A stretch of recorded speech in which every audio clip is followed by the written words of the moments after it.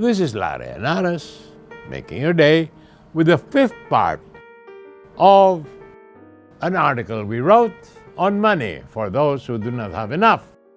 The title of the chapter is The Coming of Free Trade.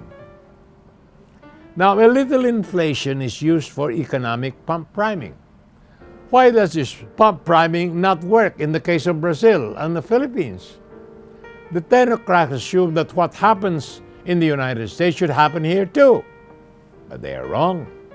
When the prices go up, the American produces more goods because if he doesn't, somebody else will.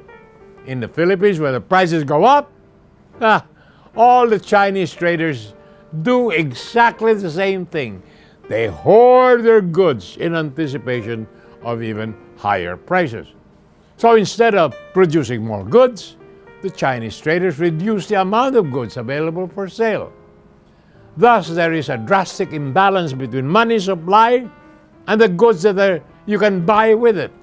The result is spiraling inflation, an inflation that feeds upon itself until it is out of control. The chief difference is that the United States has a viable economy capable of producing for domestic consumption, while the Philippines has an economy without the capacity to produce even its barest needs. In the Philippines, an increase in money supply does not result in increased production. It results instead in reduced supply through hoarding and increased propensity to import what cannot be produced. For this, we should blame the International Monetary Fund and the World Bank.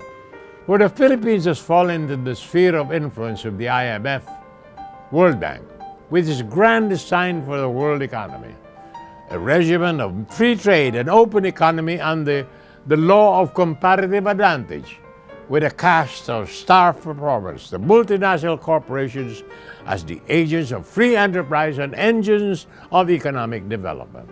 More about this after these messages.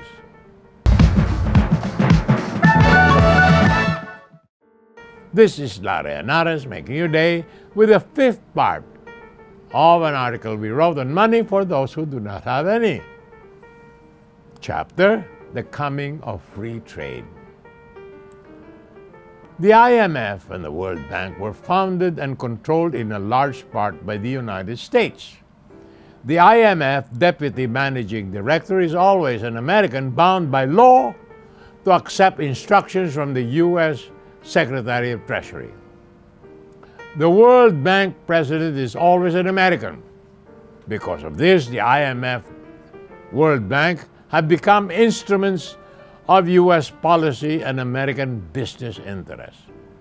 As the most powerful economic power in the world, the United States, through the IMF and World Bank, promotes the cause of free trade among nations.